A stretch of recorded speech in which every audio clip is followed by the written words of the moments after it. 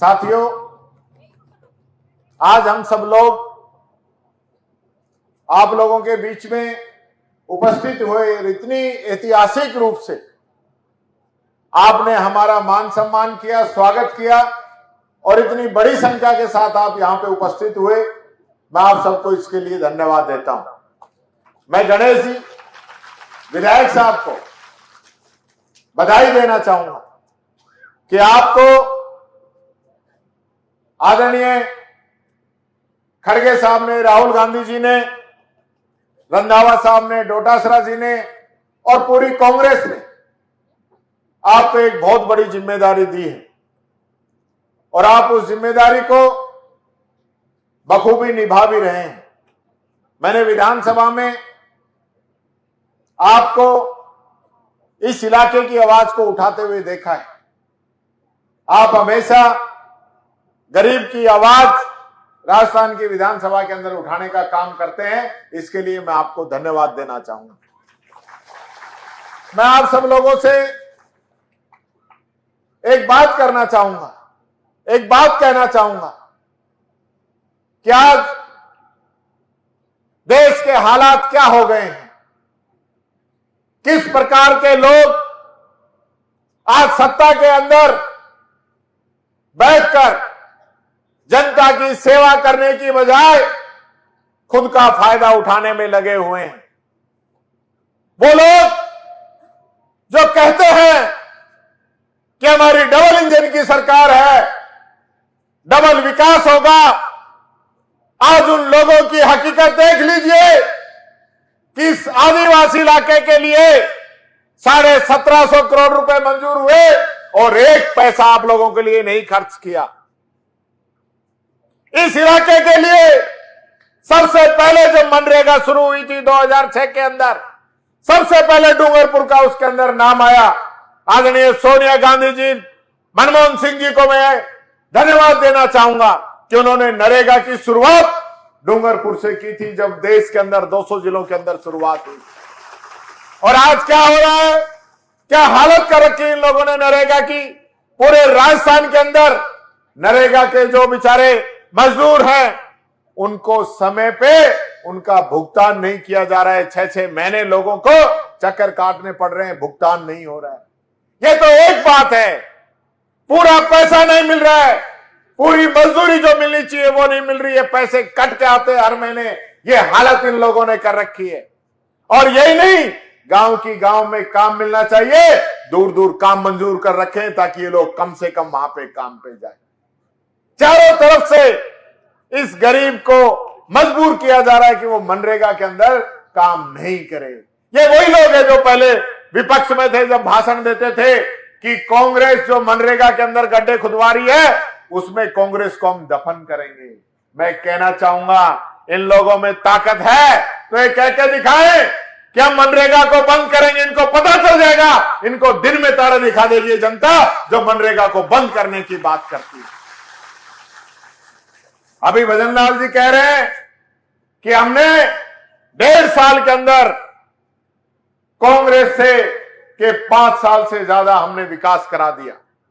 मैं कहना चाहूंगा और चैलेंज करना चाहूंगा, आज डूंगरपुर आया हूं, डूंगरपुर के अंदर पूरी पब्लिक बता दे कि कांग्रेस के समय में काम हुए और इन लोगों ने 1.5 साल के अंदर क्या काम किए। कोई काम नहीं गिना सकते आप 1.5 साल में जो यहां पे किया हो। झूठ बोलते हैं, सत्ता के अंदर बैठ गए तो जो मर्जी जो कह रहे हैं, ऐसे काम चलने वाला नहीं है। क्या हालत आज योजनाओं की हो गई है। गरीब को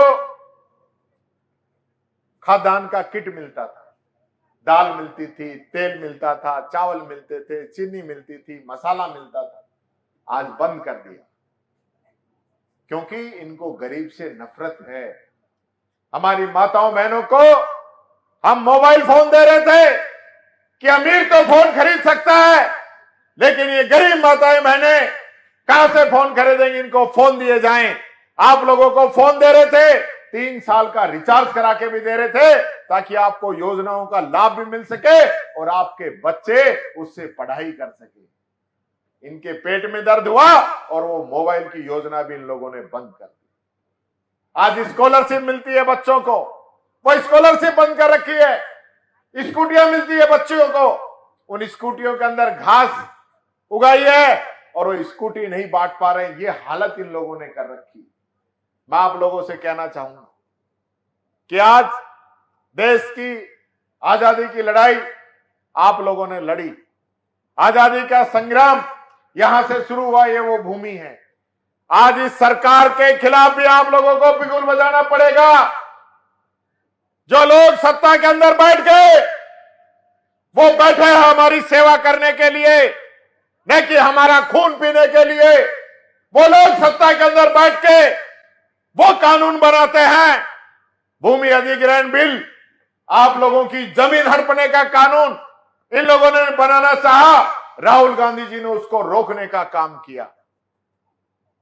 आपके लिए पैसा एक्ट, आदिवासी कानून, आरक्षण सब कांग्रेस लेके आई। जिस दिन देश का संविधान लागू हुआ 1950 के अंदर, जिस दिन संविधान लागू हुआ, सबसे पहले आदिवासी का आरक्षण उसके अंदर लागू हुआ। ये लोग आज जितने भी जो सरकारी संस्थान हैं, रेल इन लोगों ने बेच दी, हवाई जहाज ये लोग बेच के खा गए, LIC बेच दी, बैंक बेच दिए, बड़ी बड़ी इंडस्ट्रियां बेच दी। तो कहां से तो आरक्षण मिलेगा और कहां से नौकरी मिलेगी? ये बात आप लोगों से कहना चाहूंगा। अगर आज सही मायने में इस हिंदुस्तान के गरीब की, आम आदमी की, अगड़े की, पिछड़े की, अगर सबकी अगर कोई लड़ाई लड़ रहा है तो वो राहुल गांधी जी है, जो न्याय योद्धा के रूप में जनता के बीच में निकले हैं और उन्होंने खुल के हिम्मत की है कि जातिगत जनगणना होनी चाहिए, जिसकी जितनी हिस्सेदारी उसकी उतनी भागीदारी होनी चाहिए, आदिवासी को भी आरक्षण का लाभ मिलना चाहिए। ये बात अगर किसी ने कही है तो राहुल गांधी जी ने कही है। और उसकी बात के आगे इन्होंने खूब मना करने के बाद भी भारतीय जनता पार्टी ने घुटने टेके और ये घोषणा करनी पड़ी कि हम भी जातिगत जनगणना करवाएंगे। ये आप लोगों की जीत है, एक एक आदिवासी की जीत है, एक एक आम व्यक्ति की जीत है, ये SC, ST, OBC हर गरीब की जीत है, जो राहुल गांधी जी ने आप लोगों की बात को उठाया। आज देश के अंदर नया काम इन लोगों ने शुरू किया है कि जो देश की स्वतंत्र संस्थाएं हैं, ED है, इनकम टैक्स है, CBI है, चुनाव आयोग है, इनका दुरुपयोग किया जाए, इनका फायदा उठाया जाए और जो लोग खिलाफ बोलते हैं उन पे ये मुकदमे दर्ज करते हैं। जहां इनके खिलाफ वोट पड़ते हैं उन वोटों को रुकवाने का काम करते हैं। अब नई नई योजनाएं लेके आ रहे हैं कि वोटों का वेरिफिकेशन कराएंगे, डिटेल निकलवाएंगे ताकि आप लोग वोट नहीं डाल सको। ये प्लानिंग इन लोगों की है, जिसकी शुरुआत ये बिहार से कर रहे हैं और इससे पहले महाराष्ट्र और दिल्ली के अंदर इन्होंने जो वोटों की चोरी की है वो सबको पता है। इसलिए मैं आप लोगों से कहना चाहूंगा, ये अपील करना चाहूंगा कि एक रहो, मजबूत रहो, किसी के बहकाव में आने की जरूरत नहीं है। सब लोग मिलके एक रहोगे, कांग्रेस के साथ रहोगे तो इनका इलाज हम कर देंगे। आज ये लोग कर क्या रहे हैं?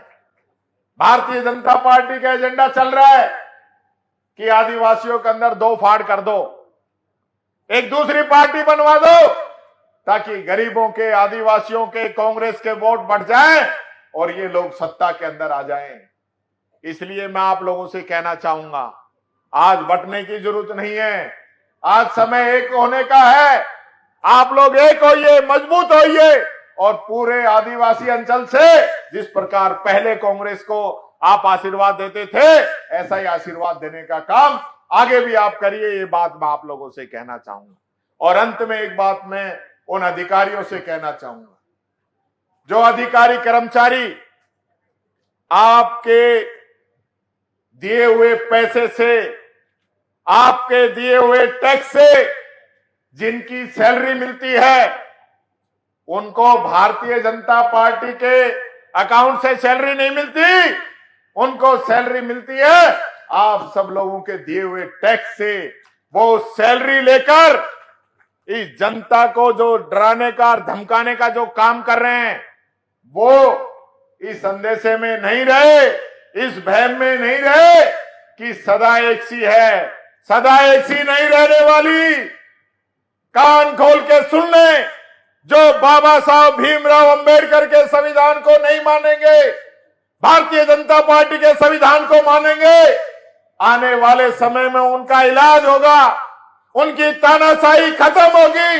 ये देश संविधान से चला है, ये देश संविधान से चलेगा। और जो लोग जिस प्रकार की गड़बड़ कर रहे हैं, इन लोगों की एक एक गड़बड़ को हम पकड़ेंगे और विधानसभा के अंदर इनको वहां पे बुलाएंगे और इनका इलाज करेंगे, प्रदेश की जनता के सामने लेके आएंगे कि यहाँ किस प्रकार से भ्रष्टाचार कर रहे हैं और भारतीय जनता पार्टी के इशारों पे नाच रहे हैं।